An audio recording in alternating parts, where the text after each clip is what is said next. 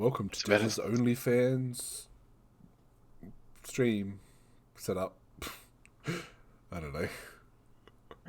Fine, there you go. Alright, so the plan tonight is, so you got those two Japanese, one collector and one normal. Mm-hmm. Cool, because I probably won't know that. I won't know the collector's one because I don't know the alternate artwork. Yeah. But the other ones I should be able to at least guess. I don't know if it's going to make for good podcast content, but we'll see what happens. Yeah. And then we'll just talk about the D&D stuff. After we talk about the cards that have been spoiled, since you're the D&D nerd, Yeah. maybe we talk about what you want to see, like what iconic D&D stuff you want to see in the set. Well, Tiamat was one of them. Cool. Cool. And product placement. yeasty. What the fuck is a yeasty boy? I don't know. There's a bottle shop literally. Like if I walk out my apartment, and literally before I even reach the end of the apartments of the townhouses, there's a bottle shop literally on the corner. So it's like probably about a minute walk to the bottle shop, and there's one across the road. And I went in there and I was just like, I just want a couple of beers for this thing I was doing for a friend, and and I went in there and they were like on special for like $12 or something. So I was like, that's all I need. I don't want to spend heaps of money. So see what happens. Are they all like artisanal hipster bullshit or? Yeah, bad. Yeah. Bad. Yeah. Okay. Alright. Should we ping food time just in case? You can. He's been away for at least a couple of hours, so. Right, so I'm kind of hoping he may be like waking up.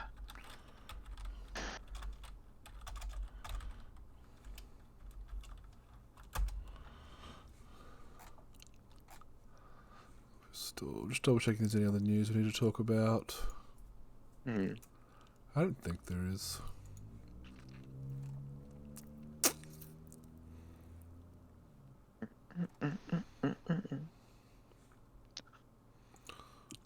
Ladies and gentlemen, boys and girls, walking down the aisle, weighing 7,900 pounds.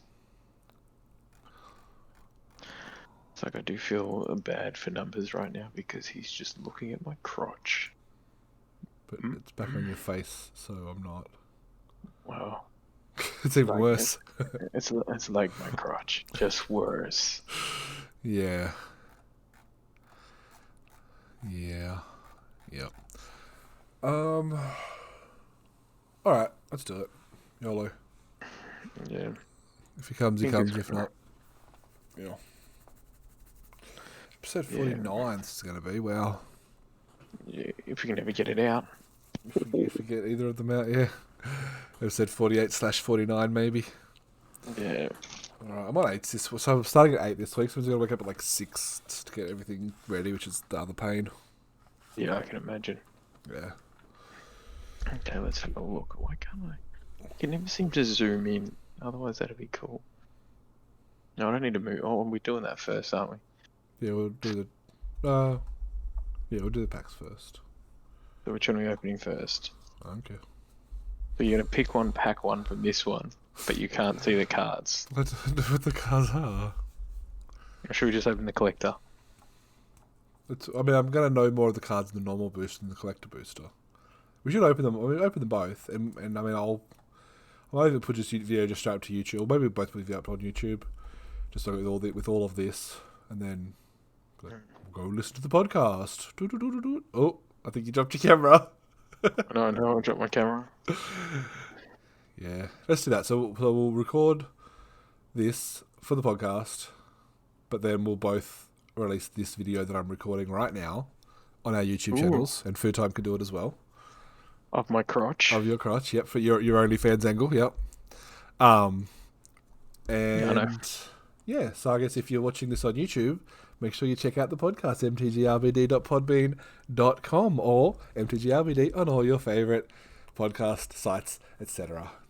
Yeah, so pretty much I did pick up some Japanese packs. I did pick up a collector's pack from my local game store, just because they've just recently opened and I kind of like the Japanese art. So I'm really hoping, obviously, like everybody else, that we get, what is it, the demonic tutor. Chances are it's not going to happen, but let's see what happens. Yeah. Alright, let's do it. You got Audacity? Yes, I do. Ladies and gentlemen, boys and girls, I am ready to rumble. And I have Testing, my 1, 2, 3. Yep. testicles, spectacles, wallet, and watch.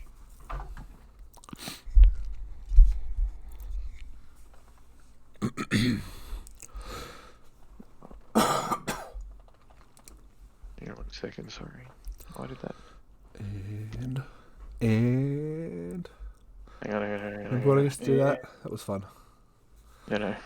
And now I don't do that anymore because it's not necessary. Because it's fucking annoying. it was a thing. It was like episode 20 kind of thing. Yeah. Okay, so dinner, keyboard, spectacle, wallet, and watch. This is my. The problem is it's a bit blurry, isn't it?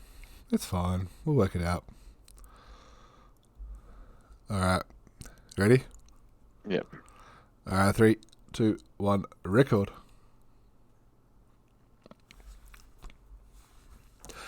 And welcome back to MTGRBD. I'm your host, MP Numbers, and right now, I'd rather be drafting. But it's time to talk this week in Magic with Des Mags. What is happening, party people? I am right now just a crotch on a screen, according to MP Numbers. I have the camera pointed down because I went to my local game store and got a few packets. So I do apologize, Numbers. I do have pants on, FYI.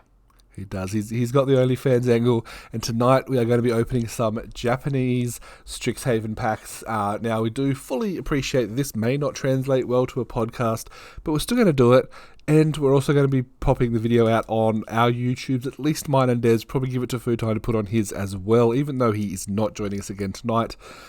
Basically, Des is going to open the packs. We're going to try to remember what the cards are, and celebrate the wins overall. On top of that, we're also going to be talking about some information that was released about the Summer of Magic, I believe they called it, the Summer of something. Talking about some Modern Horizons 2, the Dungeons & Dragons set, some cards that have been revealed, and all that kind of fun stuff to get you through this week's episode, which will be episode 49. Woo! Holy Jesus, Batman, that's like 1 off 50. It is exactly 1 off 50. I can maths, yo. You sure can. All right, so let's jump into it. Let's see how this happens again. We'll see how this translates to a podcast. Des is currently opening the packet again. If you want to see this part in the flesh, I guess. I'm trying to do the little ASMR thing. How did this one go again? Do these go backwards or do these go normal? They will probably be backwards. Is this a collector's pack, Des? No, this is the normal pack. Are you So sure? we're gonna 'Cause that start looks off like an to see artist what- proof on the top. No, that's the collector's pack. Okay, cool. Let's go. Okay. Token. Full art token. Oh man, we get lands. You always get... No, Oh. not Strixhaven. Don't you? I think you do. No. You don't on Magic Arena. I don't know. Anyway, so wait, stop. We're going to recognize cards. Oh, sorry. Top card's Elemental Summoning. That's a forest. Yeah, whatever. Yep. There's Elemental Summoning, which is the blue-red lesson. That's the one that has Menace, and you can exile it from your graveyard to draw a card. That is Create a Pest and Learn. Damn, son. He's good. That is target creature. It's called Vitality something. Target creature gets Death Touch, God. and when this creature dies, return it to the graveyard on its own control. It's fine. I can see it. That's see better. if that works without the thingo. Yep. Okay, What let's is see. that is 1 and a white for +2/+2 and hexproof, I believe. At Are you instant. serious? How are you knowing these? They're all in Japanese. I don't know. That is so it's a 2/2 flying creature, and whenever another creature with flying dies, target creature gets +1/+1 to lend it. No, whenever a creature with flying dies, give it a +1/+1 counter. I You know think. what's funny? I don't even know if you're right. You can be talking absolute crap, but I don't actually know the cards. You're true. Okay. That is one in a black. Target opponent reveals their hand. You may choose a non-land card from it. Lose a life. It's some way of attacking the opponent's hand. I don't know the exact combination of. So for everybody that hasn't known this, Numbers did do a translation one where he actually went through like Japanese packs of different ones and tried to guess the cards. Funny thing is though, I don't think he ever got more than about 50%. I Right I now, would say he probably. is hammering it. I'd say probably 75%. I mean, I've drafted this set a lot the last couple weeks. Ooh, that's the flip card. Nice. I actually don't know what it does. I actually don't know what this card... Like, I know kind of what it does, but I don't know what the text says. I know the backside of it is a summon a demon of some kind. Okay, so which one is it? Let me have a look at the art first. And I have it here. Where is it? Oh, so this is the... No, that's not the Titan. No, it's not the Titan. He's got a name. I don't know what his name is. He's the bad guy of the set. He summons demons. Okay, I'm trying to find where he is because I want to know now. Oh, here he is. Extus Overlord. Yes. Double strike, and it has Magecraft. Whenever you cast a spell, whenever you cast or copy an instant or sorcery spell, return target non-legendary creature card from your graveyard to your hand. So we got a mythic. We did get a mythic. It's a flip card, so turn it over.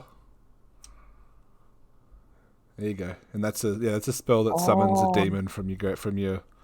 Yes, I know this one. I saw this one. Yeah, so this one is an additional cost to cast this card. You may sacrifice any number of creatures. This spell costs 2 less to cast for each creature sacrificed this way. Each opponent sacrifices a creature. Each opponent sacrificed creature. Create a 3/6 black and red avatar creature token with haste, and whenever this creature attacks, it deals 3 damage to each opponent. Yep, that's exactly what I said. Oh, we got another one. Oh, what is that? That is cool. Is that a rare? It is another rare somehow. Is either of them foil? No, these ones aren't actually, funnily enough. Okay. I actually have no idea what that card is. I don't know if I've ever seen it before. Okay, so this is Silverquill Silencer. So as Silverquill enters the battlefield, choose a non-land card name. Whenever opponent casts a spell with the chosen name, they lose 3 lives and you draw a card. Right. Sure. Yep. I got one more here. That is Duress. I've got 3 of this, and I love this because I've had this in like Commander decks and stuff. But that's the normal art for Duress. I thought we were supposed to get the Japanese art. No, supposedly that only comes in the collectors. Right. Or it only comes in Tingo, and then I got a foil mine. This is that Mind Fog, isn't it? Go blank. Oh man, Target player discards 2 cards and loses 2 life, or something like that. So I got a mythic and a rare in that. Why did we get a mythic and a rare? Is that supposed to happen? I don't know. It says here that it's got 12 cards. 1, 2, 3, 4, 5, 6, 7, 8, 10, 11, 12. Yeah. And we got a mythic and a rare and a fancy card. And neither one is this foil. Yeah, but I thought all Japanese packs are supposed to have the Japanese art, but I guess it must only be the collector's edition. Well, if you think about it, these aren't Japanese art in theory. No, but just the dress. Well, Duress, I've actually got 3 copies of, and I love the card. Yeah. I don't know. I just thought I read somewhere that if you open a Japanese pack, the Mist Archive is going to be the Japanese art.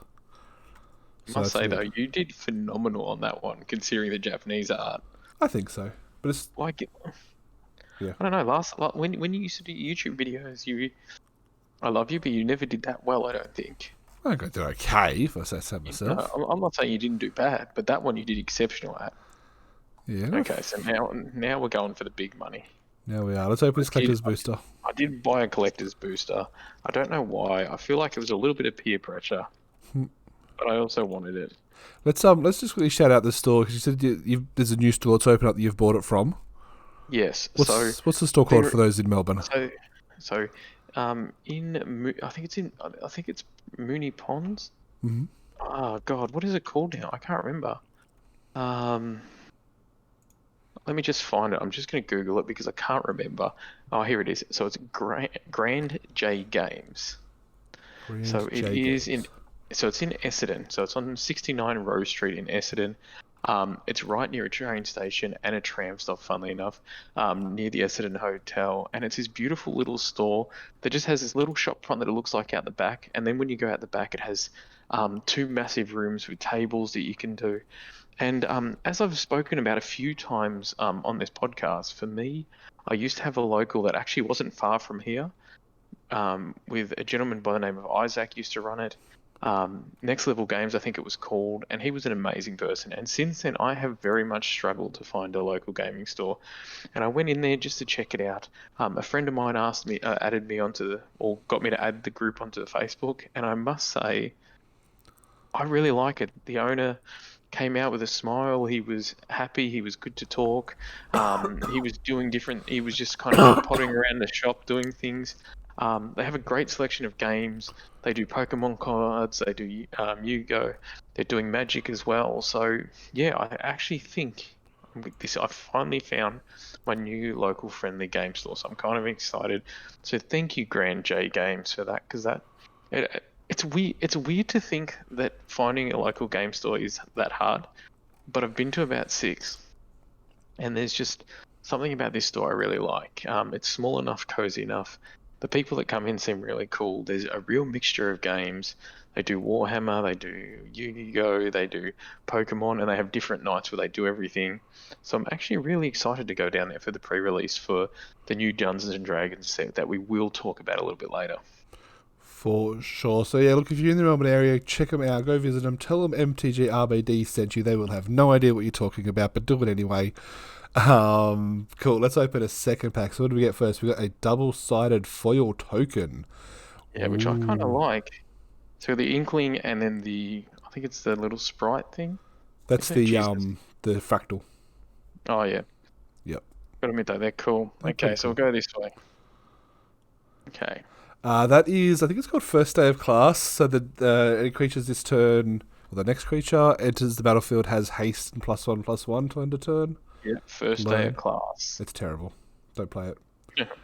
Oh, Oops, we we dropped dropped one. one. That is the card that says copy the next instant or sorcery that you play. I think it's called Lessons Learned or Special Lesson. Maybe. I don't know what it's called, but yeah, it's copy the next instant or sorcery that you cast. Funnily enough, man, these are all actually foil, Yeah, and they're actually gorgeous. I'm just saying. nice. Okay, so give me a second. We'll do the next card. That's the 1/3. I don't know what it's called, but you tap it to draw. Pay 2, tap, draw a card, discard a card. Nothing I've got to admit fancy. though, these foils, straight as arrows, and absolutely gorgeous. Give it a week. That's the 2/1 with flying, and when it enters the battlefield, you can return. Put target creature instant or sorcery from your graveyard on top of your library. I think it might be called Very much. Biblioplex Assistant, maybe. Oh, the boy's good. That's the Elvish Reclaimer. It's a 2/2 for 2. You pay 5 mana to double its power and toughness. People, these cards are all in Japanese, so I've numbers is like just remembering these like I've been nothing else. drafting this set a lot, so I've just learned to learn the pictures off, without thinking too much about. I've noticed that. This is you and up to one opponent draws 3 cards. It's terrible. What do you mean it's terrible? Isn't that good drawing cards? Not when your opponent does it, and Yeah, you're you and a target opponent can each draw 3 cards. So yeah. this is secret rendezvous. Sick at random. That's it. I mean, it might be good in multiplayer games if you're into that kind of political thing, but I'm not. Oh, aren't these the 2 planeswalker ones? They are the 2 Not, planeswalkers. That it's is not actually the planeswalker for anybody listening. no. So It's them on the artwork. I think that might be each player draws 2 cards. I think it's something like. I actually don't know. It's a draw card spell. I'm pretty sure. we stumped him, people. We Stumped stumped him. He finally got one wrong. So it's a gold Thank red God. blue card. Yeah, gold red blue card with that features the red and blue planeswalkers. That's Inkling summoning. That's easy. Man, that one was too easy. That's a flip card. Oh wait, no, it's the other one. This is the one. Oh Jesus. Oh, come on. This one would. Whenever you discard a card, you can exile it and cast it from exile. And whenever you attack, discard mill the top card of your library or something like that. Pretty close. So this is the rare. This is Conspiracy Theorist. Conspiracy So whenever Conspiracy Theorist attacks, you may pay 1 and discard a card if you do draw a card. Whenever you discard 1 or more non-land cards, you may exile one of them from your graveyard. If you do, you may cast it this turn. I was close. Oh. I don't even know what that is, but it's pretty as hell. 3 red for a 3/3.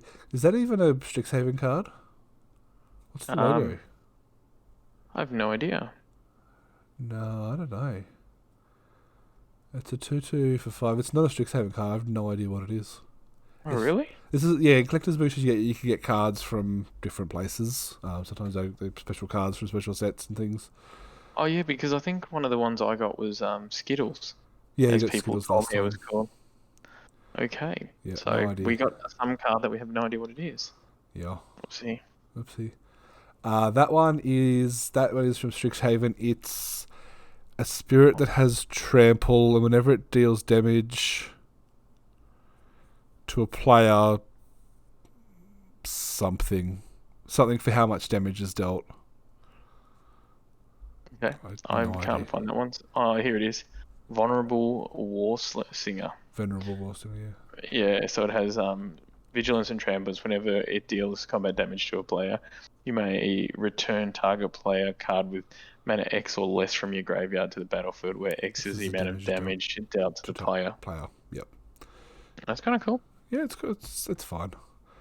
Oh, look, I don't know what it is, but it costs red.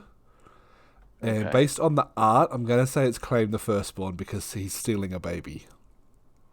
Well, that's kind of brutal. Which is take control of target creature with power with converted mana cost 3 or less. Let's see how good he is, guys. So this is the alternative art. We'll see what it is. Claim the Firstborn is correct. Yeah. So we've got one there. Okay, what else? Again, I don't know, but it's a 1 and a white sorcery. I'm going to think it's probably Gift of Estates, because that's the only thing I can think that's 1 and a white sorcery. Okay, let's have a look. What we have here, party people. Let's see how good he is. God. You know, I'm really happy I didn't get that kind of weird art. You know, the one that looks like a thing I see here. This is Gift of Estates. An opponent controls more lands than you. Search your library for up to 3 planes, reveal them and put them into your hand, and then shuffle them. Sorry, I forgot to say what it was, but what it did, but I knew what it was, so that counts. And that is 1 and a red. Is that a cat? Flying cat? It looks like a cute little kitty. I want to say that it might be discard a card, draw 2 cards. I take it that it's not going to be. This is probably not Demon Tutor, which is the one I wanted. It's definitely not Demon Tutor. I think it might be. I can't remember what the card is, but it's the only card I can think that, again, 1 and a red is a sorcery spell. I can't remember the name of it, but yeah, it's additional cost. Discard a card and then draw 2 cards. Hang on, I can't even find it, funnily enough, in these. Oh, here it is. That's kind of cool, though. Okay, Thrill of Possibility. Yes, Thrill of Possibilities, that's it. That's an additional cost to cast this card, discard a card, draw 2. And I think the last one is just... Oh no, we've got another rare. Is that multiple choice? Is it an X? Yeah, it's multiple choice. That's a great card. Is it? For what? It's the one that's like, if X is 1, do this. If it's 2, do this. If it's 3, do this. And if it's 4, do everything. Oh wow. Yeah, it's a great card. I've yet to play one. I've yet to open one. So I don't know if we got any money cards there, but I don't think I won't lie. I kind of had some fun. I mean, I had fun. Again, don't know how it's going to translate to be a podcast, but if you go watch the video version if you want to see the cards in action. Yeah, no, overall I'm pretty happy with that. We got a few rares. I got a few of the Japanese cards, which I absolutely adore.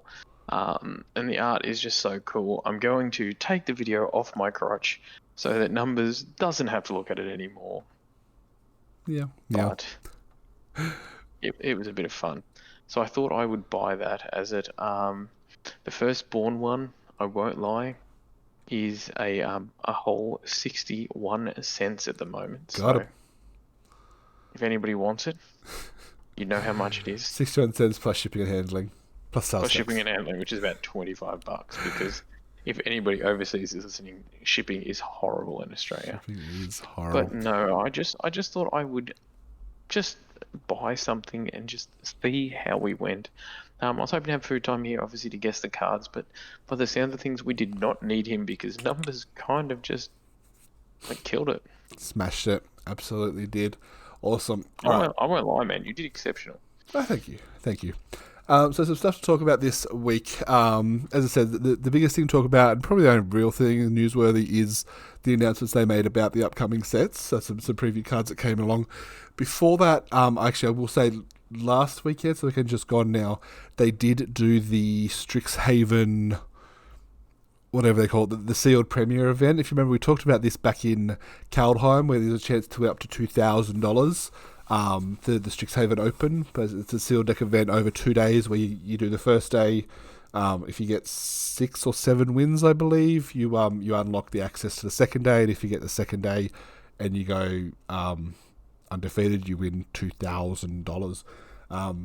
I didn't do it. I'm assuming you didn't either. No, but I do believe one of the Australian players, what's his name? Isaac Egan. Mhm. I didn't know what it was, but he posted and he said, not a bad day in the office. And he posted a picture of Arena and it had $1,000. Yeah, So I have a feeling he did that. So for anybody from Australia, you probably do know Isaac Egan.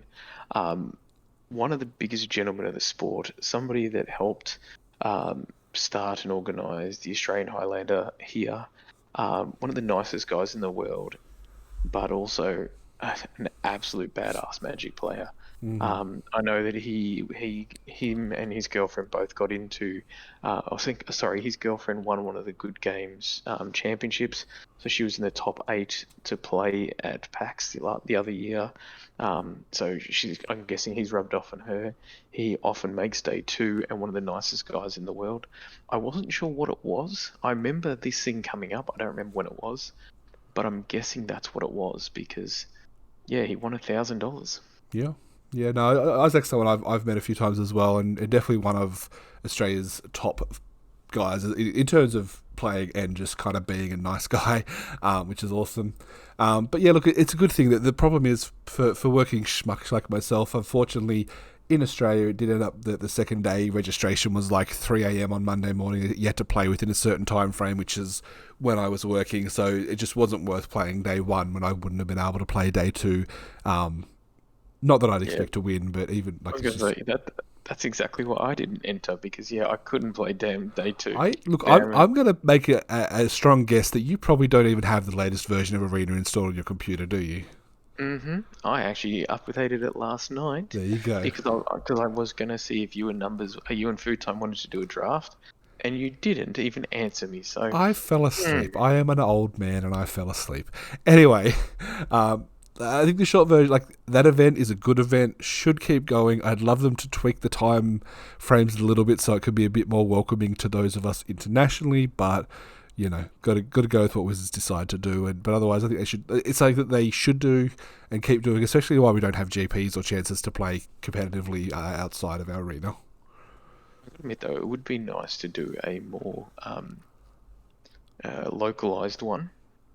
And even if it's not $2,000 American or something like that, it would be nice to just have a little bit, I don't know, something that we can play, because I understand there obviously are a lot of American players, but it is unfortunate that we do miss out. So For sure. I don't know. Let's watch this space. Maybe they'll open up something and have regional events or alternate things, but I'm not holding my breath. Hopefully, I mean, we're getting well towards the middle of 2021. Hopefully, the world can start moving back to normal next year, and maybe 2022 is the year that we return to Grand Prix or whatever they call them these days, the special events that I can't remember the name of them, but hopefully it's just something that can let you play Magic outside of just your normal queues and give you a chance to maybe win a little bit more money would be nice. yeah, see, I don't even want to win money, but I just want to be able to experience and know that if there is a chance that I can actually get through to the next round, or I don't know, like chances are I will never ever make the next round. I understand I'll never ever make day 2, but it'd be nice to be able to play at a decent hour and not, I don't know, like feel forced or go, Yeah. oh crap, I've got to do this or I've got to do that. And then if somehow by magic, if the magic gods are smiling on me and somehow manage to make me go to day 2, it would be nice to be able to play day 2.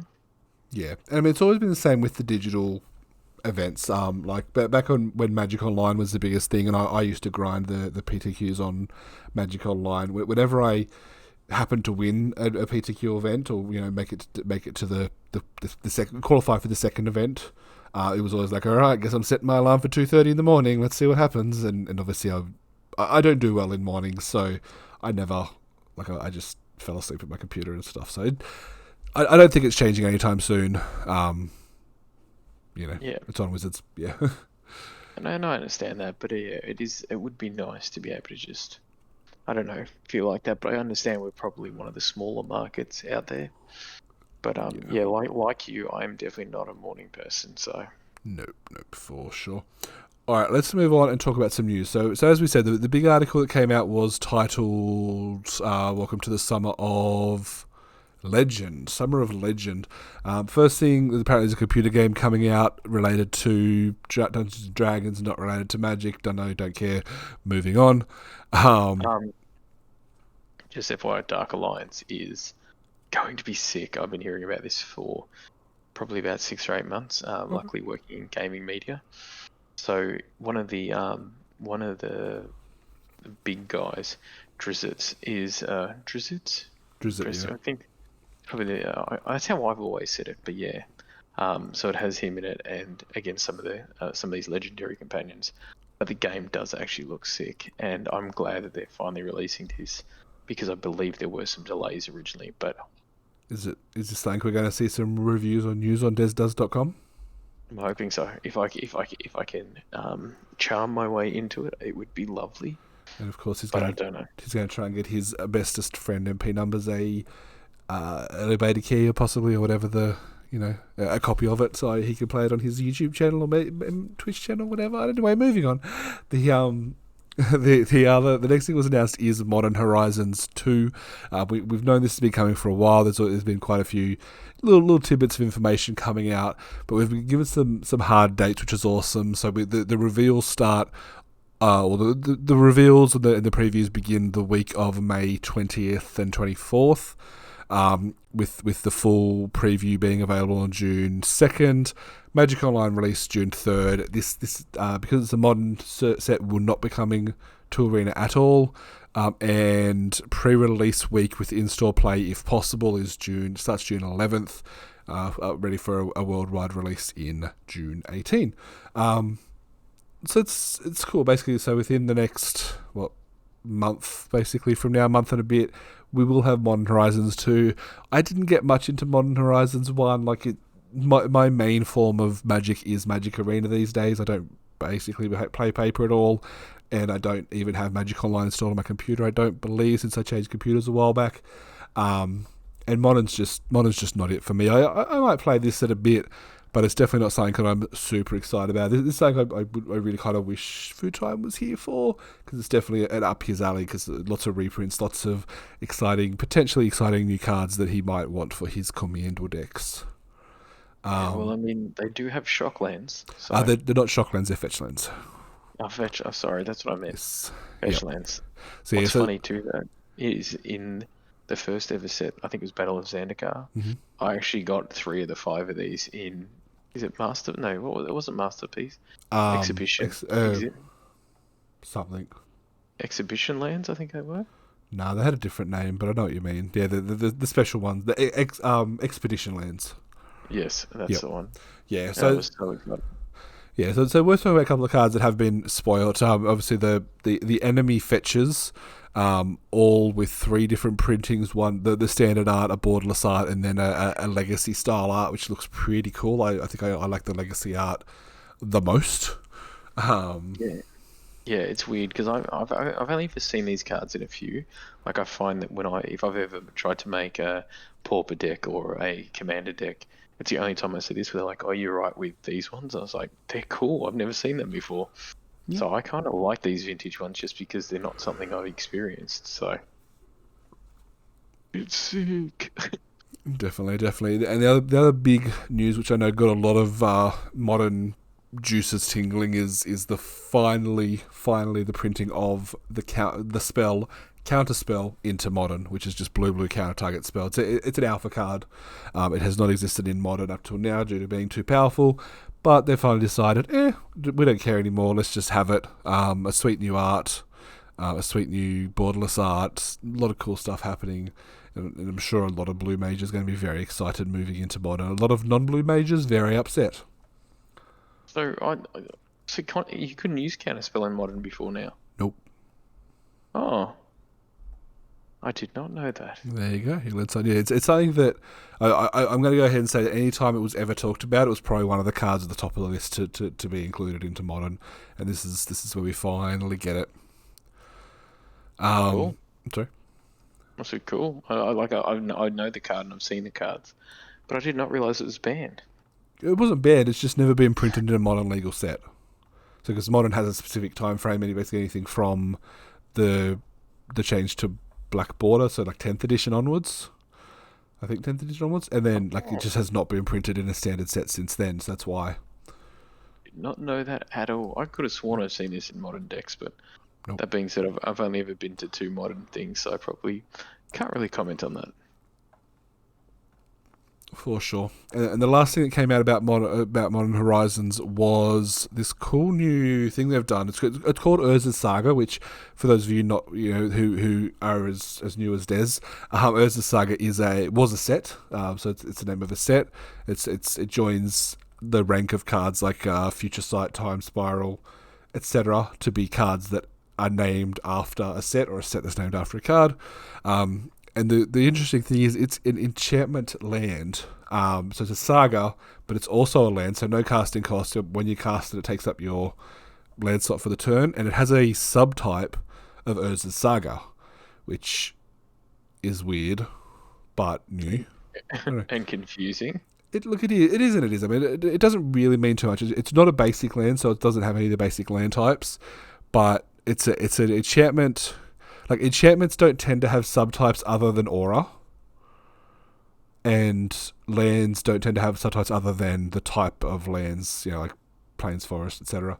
So the fact that it has a subtype, which is a brand new subtype called Urza's Saga, and it's an enchantment land, which I don't think we've seen before. I could be completely wrong, but I'm pretty sure we haven't had an enchantment land yet.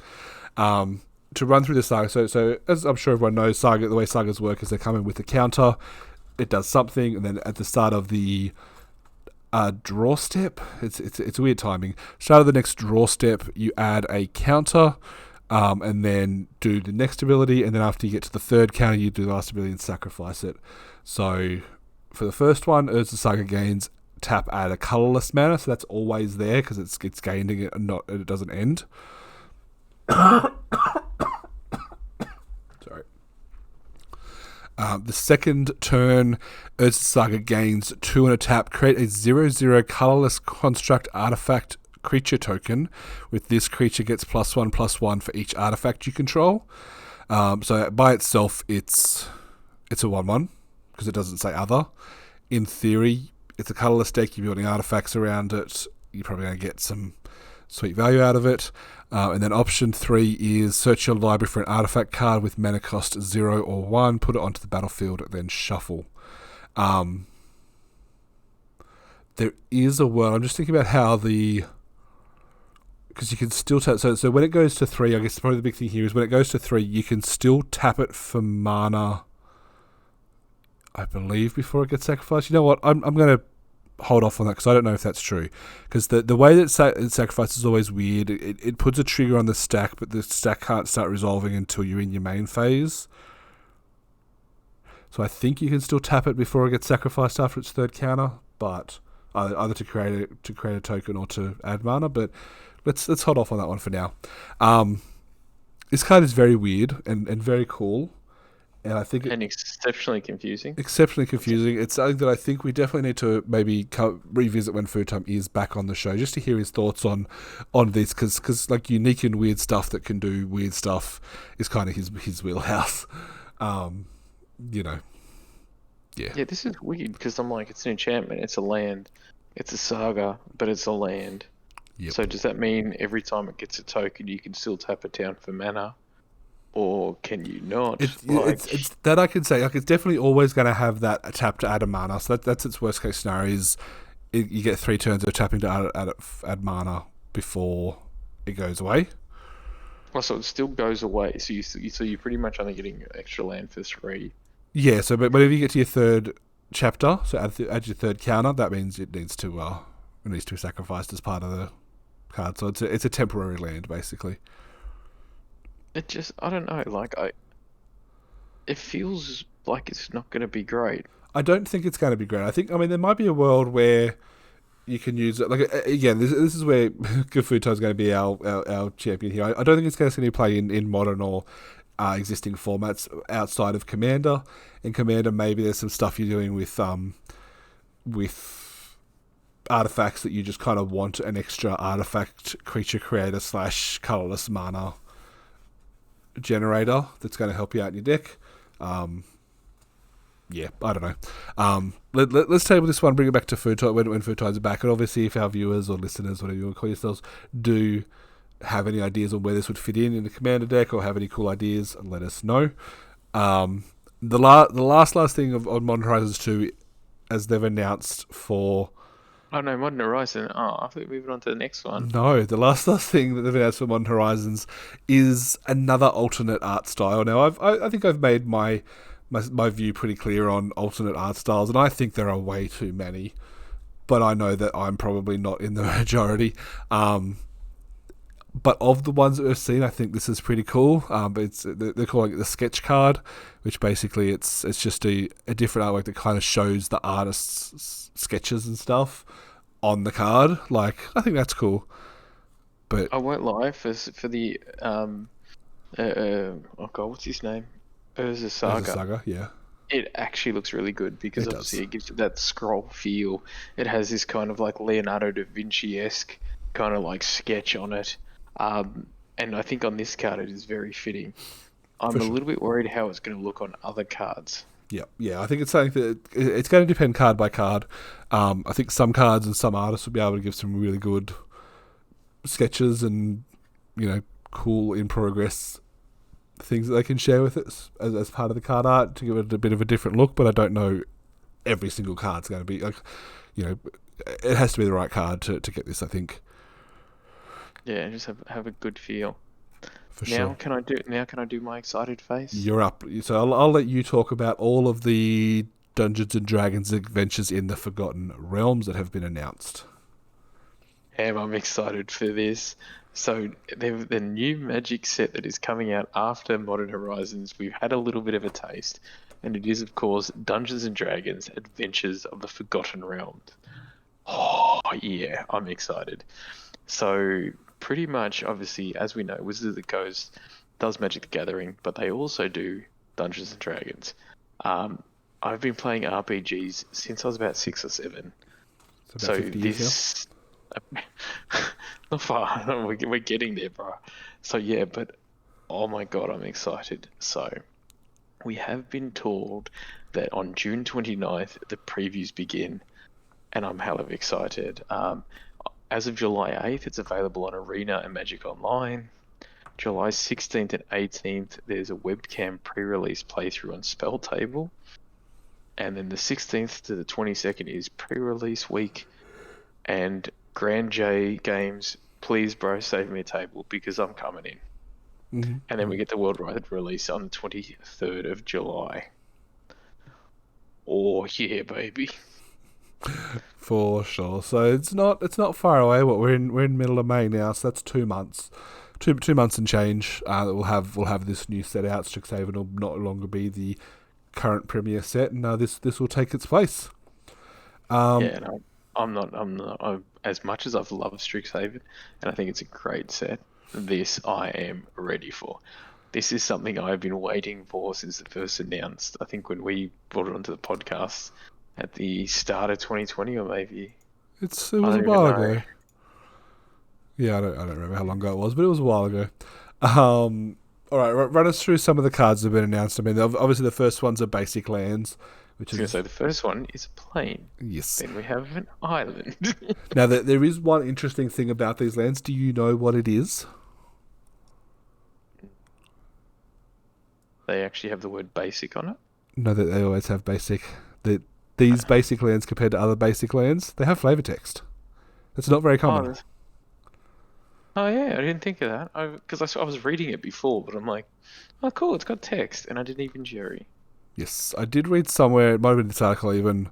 It's that the idea is that it's something to trigger your adventure thoughts. I don't know. It's like the island, like an alarm by news you brought. The storm giant king of Maelstrom has called his kin to council. So it's like just little bits of D&D adventures that I don't know. Maybe they actually are part of real adventures. I don't know. I don't play D&D. But yeah, I think they are in a way, like obviously adventures and setting that scene is what the DM does. yep. So this excites me because it really is. So they've just got these little tidbits on each card. If you get a chance, read them. But it's just setting the scene, so it kind of does really well of setting this scene and just bringing that D&D feel to it. So the actual role playing bit.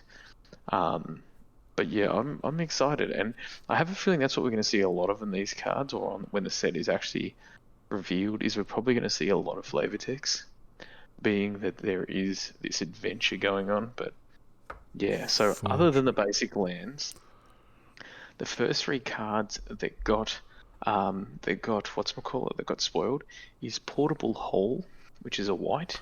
It's an artifact, and it says when Portable Hole enters the battlefield, exile target non-land permanent and opponent controls with mana value 2 or less until the permanent hole leaves the battlefield.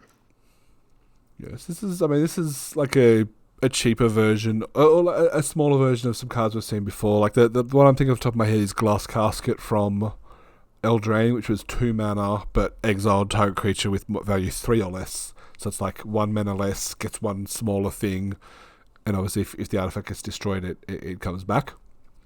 And it also kind of reminds me of the cartoon Dungeons and Dragons, where the magician used to go into his hat and then would pull the hat in with him, so it would almost disappear, and then the hat would reappear and he'd pop out. So it kind of has that little feel of that, the portable hole, because that's how he used to hide. So that's kind of cool as well. But it is kind of like a rogue-like ability as well. So the flavoured text is they fall for it every time with a laugh. So They fall because people fall into holes. Des, do you get it? yeah, thanks, mate. Thanks. What's the next one?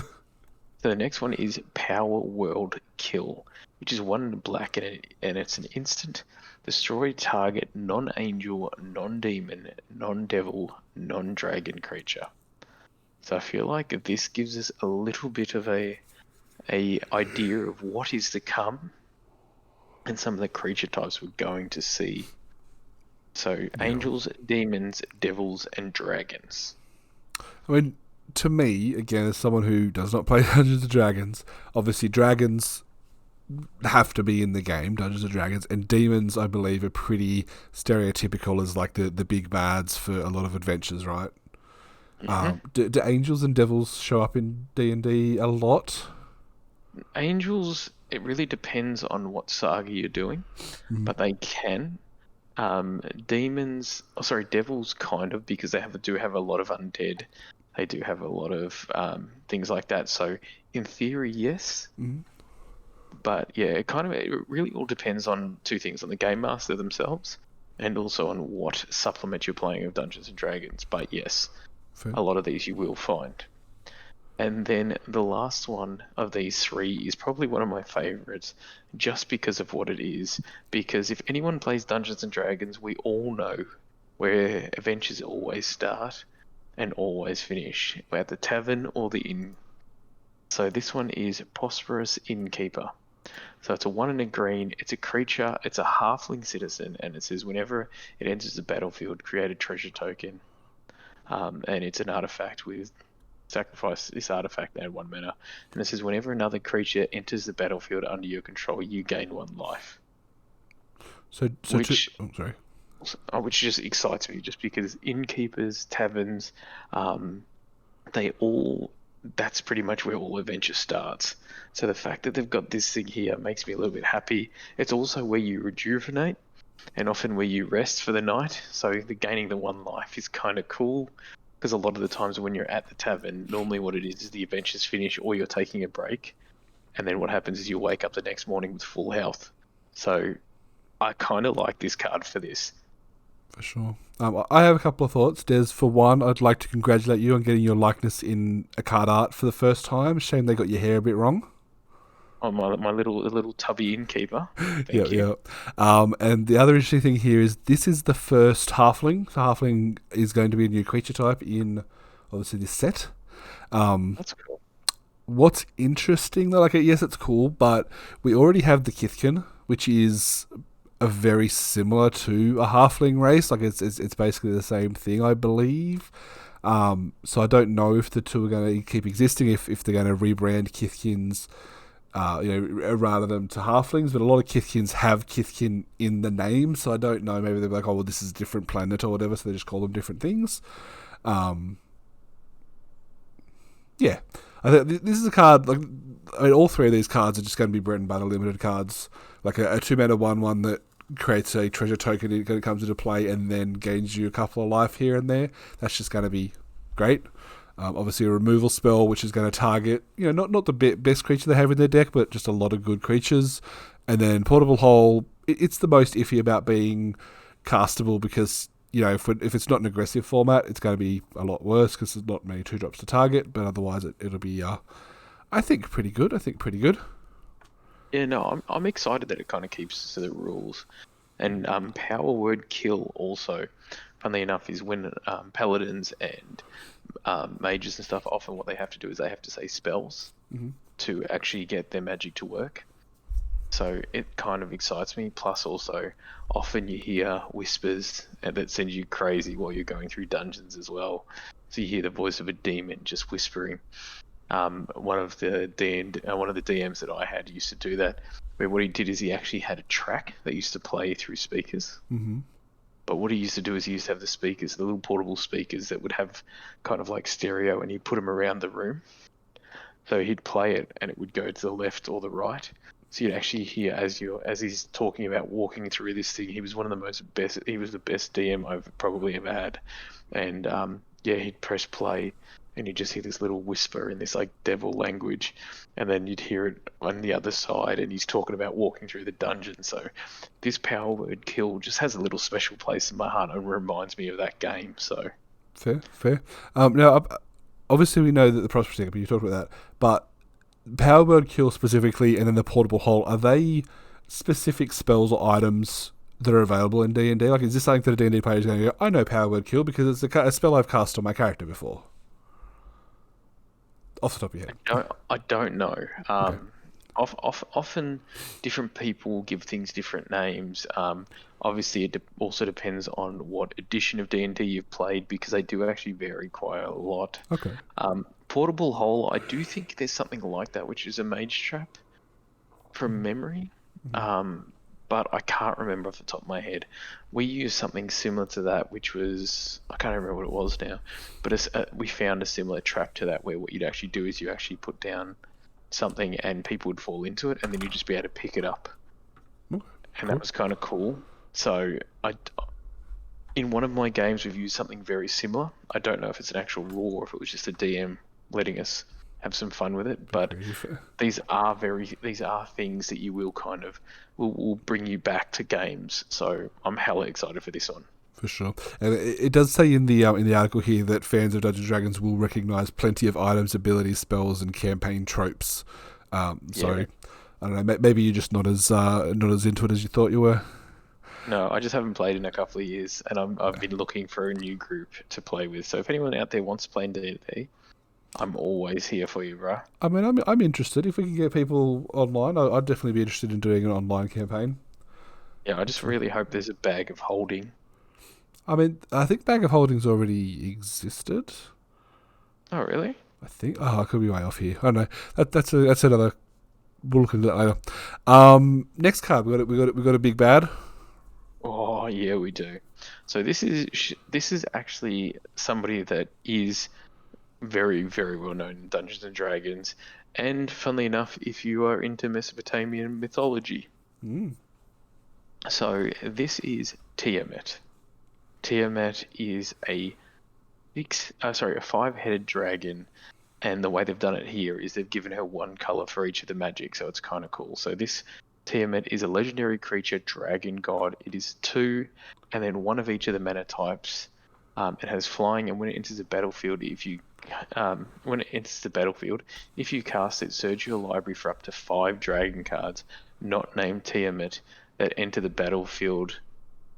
Sorry, I missed that. I just went straight back up to the top.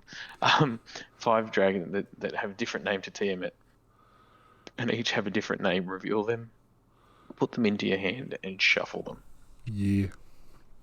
So if you cast it, you can go through, find 5 dragons that aren't called Tiamat and have different names, and put them into your hand. Yes, and the Queen of the Dragons is gonna bust heads. And I know already. Food Time is probably like just drooling over this card, because I'm pretty sure he's probably, if he hasn't got a Dragon Commander deck, he's sure as hell gonna have one. And this allows you to have a 5-color dragon deck, and this is just going to be spawning dragons. Hella exciting. All over the place, for sure.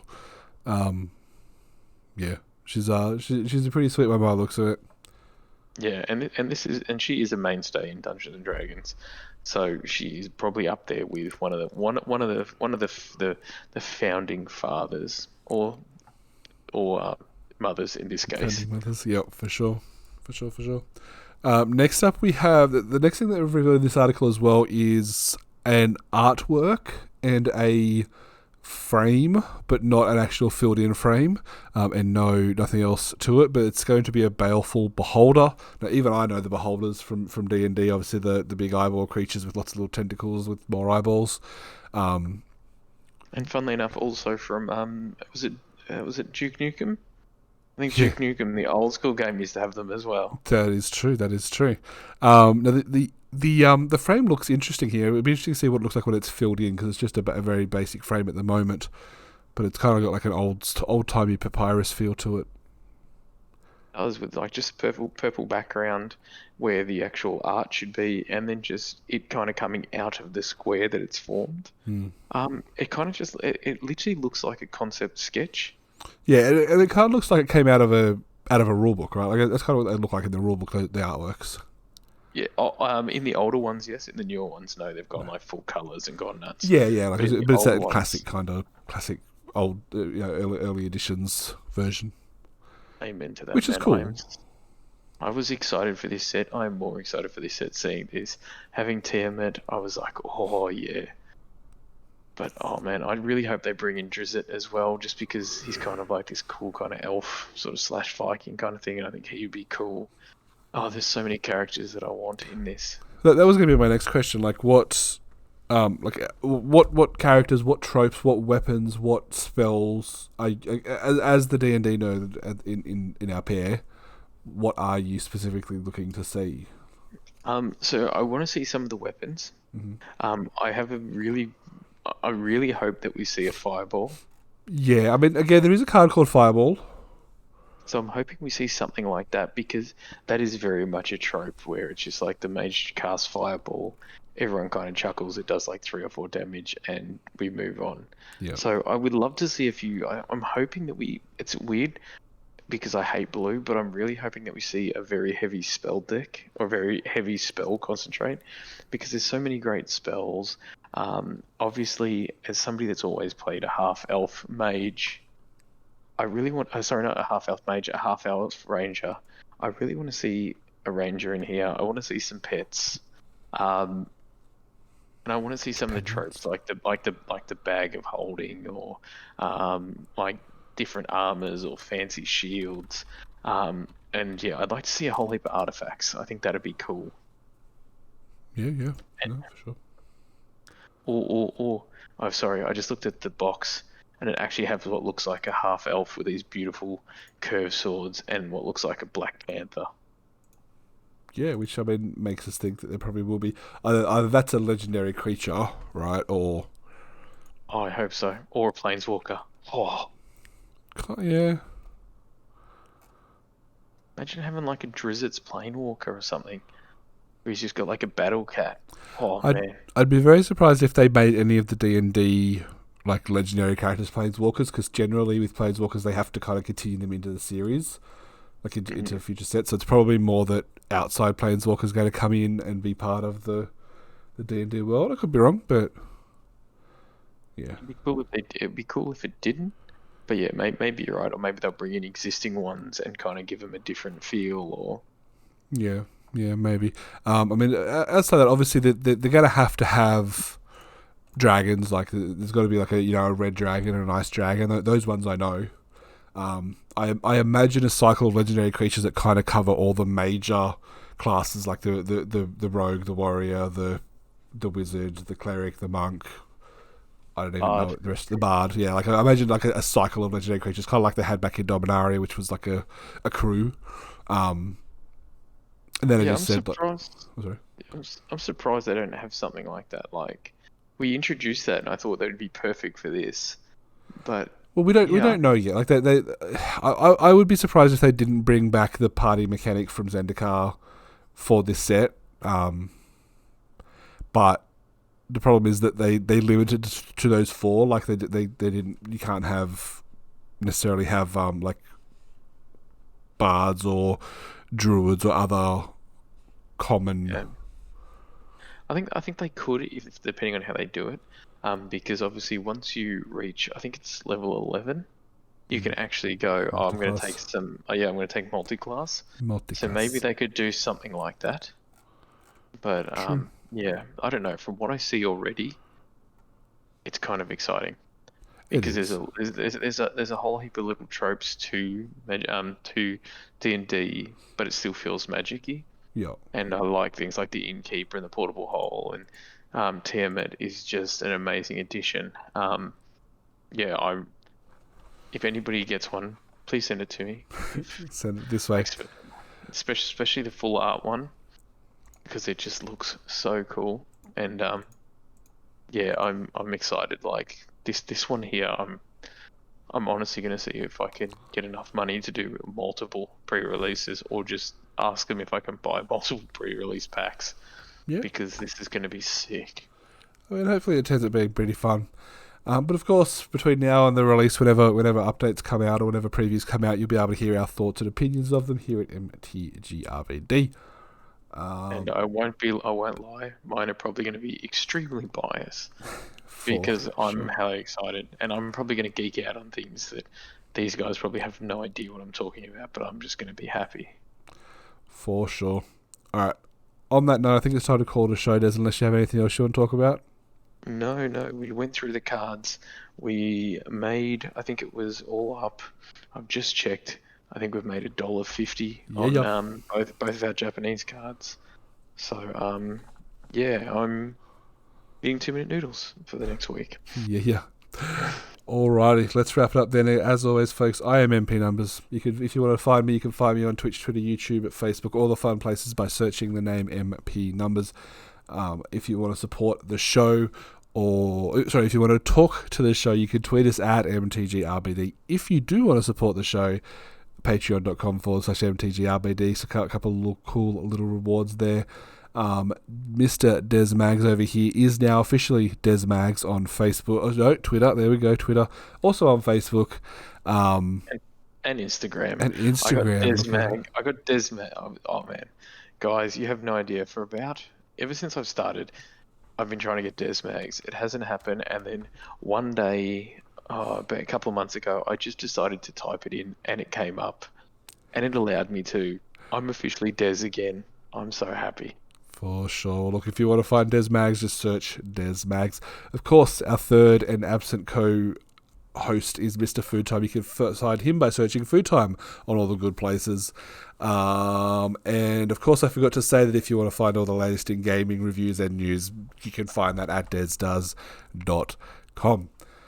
So let's wrap it up, Des. Thanks for taking the time to talk with me. Let's do it again sometime. Amen to that. This should be fun because from now on it's probably going to be Dungeons and Dragons. Bye. Layers. I'm so excited for Dungeons and Dragons. Yeah, I picked that up.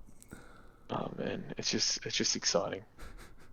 Like it was such a big part of my life for so long. And what's weird, it's actually weird though because, funnily enough, I've never actually played Dungeons and Dragons. What? I've played about 30 different RPGs. Never played Dungeons and Dragons because I've never actually known anybody that's actually owned it. We need to. Well, you don't need to. I have like a starter thingy. Yeah, We could do it. that'd be. We could do it online. And yeah, I also updated Magic Arena last night because I was going to see if you wanted to do a draft. Yeah, I mean, this is just that I remember you say, do you want to draft? And I'm like, oh yeah, I was asleep then. It's like, yeah, fuck yeah. Fuck off, Des. It's understandable. But yeah, no, I have actually done it. Yeah, fair. Yeah, so we got nothing from my collector's edition. No. Balls. That's alright. Nothing except my cool skills of knowing all the cards. I won't lie, I was genuinely fucking impressed. I've drafted it so much. Like all the commons and uncommons, I just know them by sight. Yeah, It makes drafting faster, so... Yeah, true. But even then, though, I was hella impressed because even when you did that Lost in Translation, you did okay. Yeah, but a lot of those were like really old sets that hadn't been out for like a year or two.